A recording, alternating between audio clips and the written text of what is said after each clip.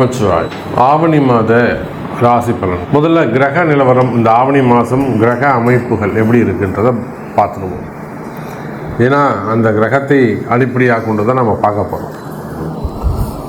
முதல்ல இந்த ஆவணி மாதத்தில் 2 கிரக மாற்றங்கள் 3 கிரக மாற்றங்கள் கூட நிகழ்ந்திருக்குன்னு தான் சொல்லணும். ஒன்று, சுக்கிர பகவான், சுக்கிரன் கடகராசியில் சஞ்சரிக்கிறார்.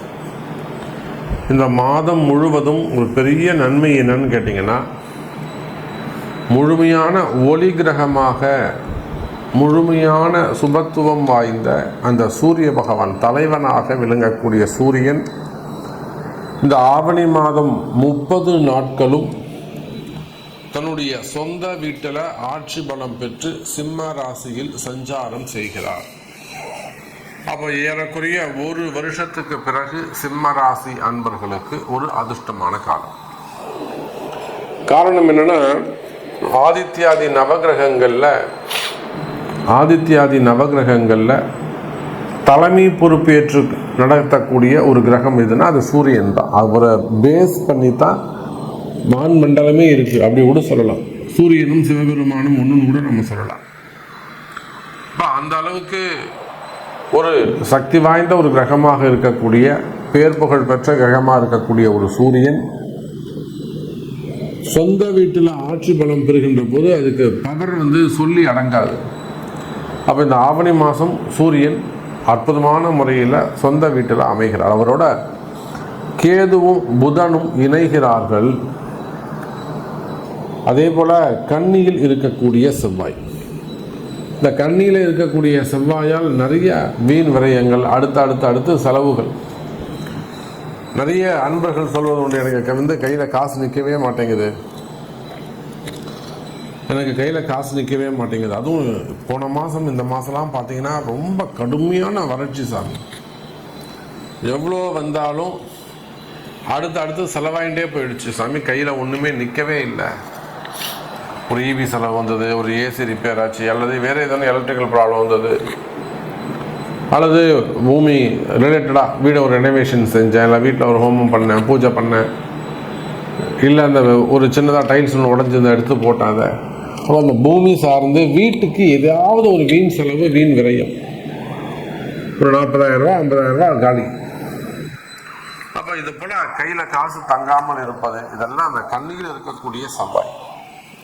இதே ஒரு கம்பெனி, பெரிய அளவில் ஒரு கம்பெனி அப்படின்னாக்கா அங்கேயும் இதே தான் ட்ரையான ஒரு சூழ்நிலைகள் இருக்கும். அப்போ இந்த சூழ்நிலைகள் எல்லாம் இந்த மாதம் மாறப்போகுது. சூரியன் அற்புதமான முறையில் இருக்கிறாங்கன்னா என்னன்னாக்கா, சூரியன் கேது இடத்துல மாட்டிக்கிட்டார். சூரியன் தனித்து இருப்பாரே ஆனால் அவரால் ஒரு பெரிய லாபத்தை நாம் எதிர்பார்க்கலாம்.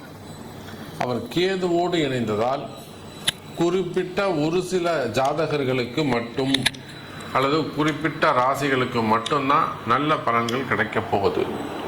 ஸோ இந்த ஆவணி மாதம் உங்களுக்கு என்ன நடக்க போகுது, என்ன மாதிரியான மாற்றங்கள் நிகழும், உங்களுடைய எதிர்பார்ப்புகள் பூர்த்தி ஆகுமா, நீங்கள் மனசில் நினச்சிருக்கிற ஒரு சில விஷயங்கள், நல்ல காரியங்கள் கைகூடுமா, இந்த கேள்விகளுக்கெல்லாம் ரொம்ப ப்ரீஃபாக டீட்டெயிலாக ஒவ்வொரு ராசிக்கும் ஆவணி மாத ராசி பலனை பார்க்கலாம் வாருங்கள்.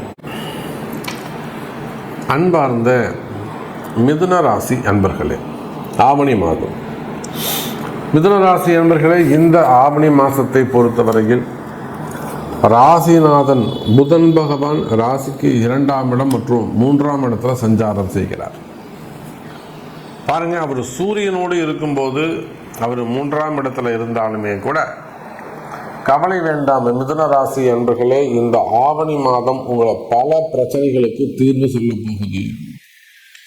நிறைய ஃபினான்ஸ் சம்பந்தப்பட்ட கேள்விகளுக்கு பதில் சொல்லும், பண பிரச்சனைகளுக்கு நல்ல தீர்வு கிடைக்கக்கூடிய மாதமாக இந்த மாதம் அமைகிறது. இவங்களுக்கு ஒரு கமிட்மெண்ட் இருக்கு சாமி, நான் இவங்களை இவ்வளோ பணம் கட்டணும், ரொம்ப அர்ஜென்ட், என்னை நம்பி அவங்க காசு கொடுத்துருக்காங்க, 2.5 கோடி கொடுக்கும், அன்றைக்கெல்லாம் அப்படி தான் சொல்கிறாங்க. ஒருத்தர் இப்படி திருப்பத்தூர் சைடில் ஒரு பெரிய கம்பெனி வச்சு நடத்தக்கூடியவங்க, விவசாயம் சார்ந்த ஒரு பெரிய ஃபேக்ட்ரி, குடியாத்தம் திருப்பூர் அந்த சைடில் அவங்க பெரிய அந்த ஊரில் கொஞ்சம் ஜமீன்தார் மாதிரி ஒரு பெரிய ஃபேமிலி, அரசியல் சார்ந்த குடும்பம், அவங்க ஒரு பெரிய கட்சியில் நல்ல பொறுப்பில் இருந்திருக்கிறாங்க. அதே சமயத்தில் தொழில் சிறப்பாக செய்கிறாங்க. கிட்டத்தட்ட ஒரு 200-300 குடும்பங்கள் அவங்களை நம்பி பிழைக்குது. அப்போது அந்த மாதிரி இருக்கவங்களுக்கு கூட ஒரு பெரிய டிரான்சாக்ஷன் ப்ராப்ளம். அவங்க பையர் ஆர்டர் கொடுத்தவங்க பொருள் ரெடி ஆகிடுச்சு, ஆர்டரை வந்து பிக்கப் பண்ணிக்கல, பொருள் ரெடியாக இருக்குது. அப்போ இவங்க பணம் பூரா போய் சிக்கலில் மாட்டிக்கிச்சு. அப்போது வந்து அர்ஜெண்ட்டாக ஒரு 4 கோடி 5 கோடி தரணும். உடனே ஜாதகத்தை எடுத்துக்கிட்டு நம்மக்கிட்ட வராங்க.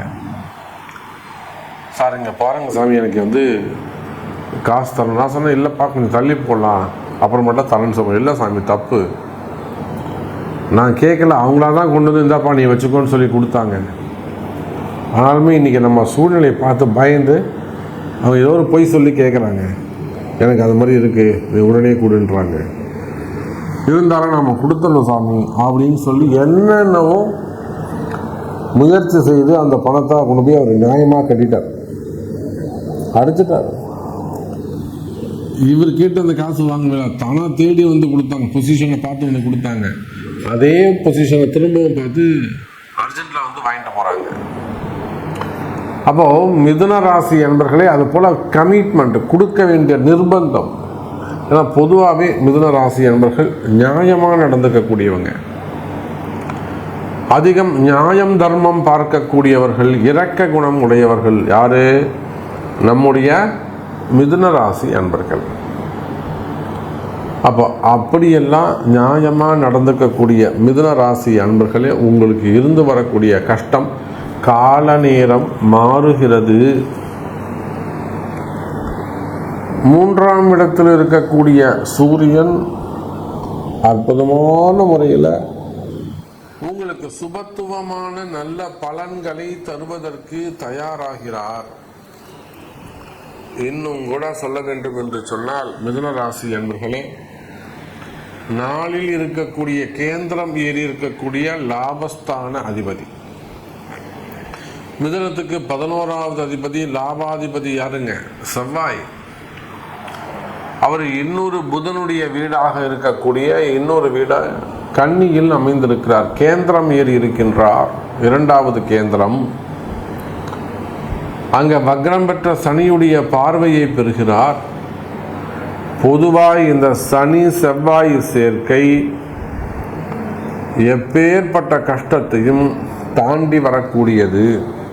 இந்த சனி செவ்வாய் சேர்க்கை என்பது மிகப்பெரிய, எவ்வளோ பெரிய கஷ்டமாக இருந்தாலும் ஒரு நெருப்பை தாண்டுற மாதிரி, ஒரு கடலை தாண்டுற மாதிரி, ஒரு மலையை தாண்டுவதை போல மிக எளிமையாக எப்பேற்பட்ட கஷ்டத்தையும் தாண்டக்கூடிய வல்லமை, ஒரு சக்தி, ஒரு ஆற்றல் தெய்வம் இந்த ஆவணி மாதம் உங்களுக்கு கொடுக்கின்றது.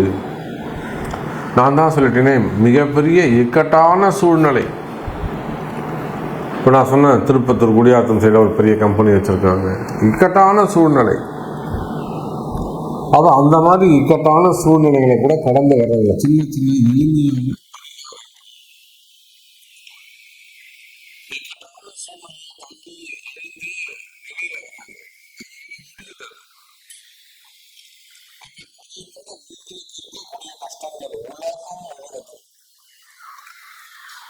எந்த மூலையில உலகத்துல நீங்க எந்த மூலையில இருந்தாலும், எந்த கண்ட்ரியில இருந்தாலும் கவலை வேண்டாம். மிதுனராசி என்பர்களே, நீங்க ஆணாக இருக்கலாம், பெண்களாக இருக்கலாம், குடும்ப பெண்களாக இருக்கலாம், வேலைக்கு போகக்கூடியவங்களாக இருக்கலாம், கவர்மெண்ட் ஜாபாக இருக்கலாம், பிரைவேட் ஜாபாக இருக்கலாம், அல்லது வேற ஏதேனும் வீண்பழி அவமானங்கள் இருக்கலாம், தலைகுனிவுகள் இருக்கலாம், உங்க மேல பழி சுமத்தக்கூடியதாக இருக்கலாம், பெரிய பிரச்சனை இல்லைங்க மாட்டிக்கிட்டு இருக்கலாம். இதுலேருந்து நான் மாறுவனா சாமி, இந்த பெரிய பிரச்சனையிலிருந்து நான் வெளியே வருவனா சாமி அப்படின்னு கேட்பீர்களே, ஆனால் கவலை வேண்டாம். மிதுன ராசி என்பர்களே, அது எப்பேற்பட்ட வம்பு வழக்குகளாக இருந்தாலும், அல்லது வீண்பழி அவமானங்களாக இருந்தாலும், தலைகுனிவுகளாக இருந்தாலும், அந்த பிரச்சனையிலிருந்து நீங்கள் வெளிவரக்கூடிய மாதம். பெரிய சூழ்ச்சி செஞ்சுட்டாங்க சாமி, மெயினாக எதிரிகளுடைய சூழ்ச்சிகள், அக்கம் பக்கத்தில் இருக்கக்கூடியவங்களாக இருக்கலாம், இந்த கடைங்க வச்சு நடத்தக்கூடியவங்களாக இருக்கலாம், shop centres, business centres, own business செய்யக்கூடியவர்கள். அப்போ தொழில் போட்டிகள், தொழில் எதிரிகள், மெயினாக குடும்ப எதிரிகள், உறவு முறைகளில் வரக்கூடிய கல்லடி கூட படலாம், ஆனால் கண்ணடி படக்கூடாதுன்னு சொல்லுவாங்க. அப்போ அந்த கண் திருஷ்டிகள், மெயினாக சாபங்கள், வார்த்தையால் விடுறது. அப்போ எந்த மாதிரியான எதிரிகளுடைய உபத்திர தோஷங்கள் இருந்தாலும், இன்னொரு விஷயம் நீங்கள் முதல்ல மிதுன ராசி என்பர்களே பேசிக்காக ஒரு விஷயத்தை தெரிஞ்சுக்கோங்க. உங்களுடைய முன்னேற்ற தடைக்கு எது காரணம்னா, மிதுன ராசி என்பர்கள் நீங்கள் யாராக வேண்டுமானாலும் இருங்க. ஒரு 10,000 ரூபாய்க்கு வேலைக்கு போகக்கூடியவங்களாக இருக்க, ஒரு கூலி வேலைக்கு போகக்கூடியவங்களாக இருக்கலாம், அல்லது பெரிய கம்பெனியில் ஒரு நல்ல ஸ்டேஜில் நல்ல ரேங்கில் இருக்கக்கூடியவங்களாக இருக்கலாம், அரசு அதிகாரிகளாக இருக்கலாம், பெரிய பவரில் இருக்கலாம், IAS IPS secretary, chief secretary அல்லது மினிஸ்டர்ஸ், அந்த மாதிரி கூட நீங்கள் இருக்கலாம். அதே போல் பெரிய பிஸ்னஸ்மேனாக இருக்கலாம், தொழில் செய்யக்கூடியவங்களாக இருக்கலாம், பெரிய பெரிய குடும்பங்களாக இருக்கலாம், அரசியல் தலைவர்களாக இருக்கலாம், சினிமா துறையை சார்ந்தவர்களாக இருக்கலாம். அப்போ மிதுன ராசி என்பர்களே ஒரு பேசிக்கான விஷயம், உங்களுடைய முன்னேற்றத்திற்கு எது தடை தெரியுமா? நீங்கள் மாணவ செல்வங்களாக இருந்தாலும், கல்வியாக இருந்தாலும், திருமணமாக இருந்தாலும், எந்த இடத்தில் நீங்கள் இருந்தாலும் சரிதான், மிதுன ராசின்னு நீங்கள் சொல்லிட்டால், ஆணோ பெண்ணோ அழியோ யாராக இருந்தாலும், இன்றைக்கு இருக்கக்கூடிய கிரக அமைப்புகள், கால சூழ்நிலைகளை வச்சு நான் உங்களுக்கு சொல்கிறேன். நான் சொல்கிறது 100% உண்மை. அப்போ மிதுன ராசி அன்பர்கள் நீங்கள் யாராக இருந்தாலும் உங்களுடைய முன்னேற்றத்திற்கு எது தடை தெரியுமா? திருஷ்டி, குடும்ப உறவுகள் அல்லது வெளியில் நியர்பையாக இருக்கக்கூடிய திருஷ்டிகள் அல்லது சாபங்கள். இந்த சாபமும் பாபமும் தான் உங்கள் முன்னேற்றத்திற்கு தடையாக உள்ளது. அதை அறிந்து அந்த சாப பாபத்தை நீக்குங்கள். வாழ்க்கை நிம்மதி கிடைக்கும், பிரகாசிக்கும் என்பதை சொல்லிக்கொண்டு, உங்களுடைய கேள்விகளுக்கு உங்கள் பிறப்பு ஜாதகம்தான் பேசும். மீண்டும் வேறொரு அற்புதமான பதிவில் சந்திக்கிறேன். நன்றி, நமச்சிவாயம். ஜெய் வராகி, ஜெய் ஜெய் வராகி.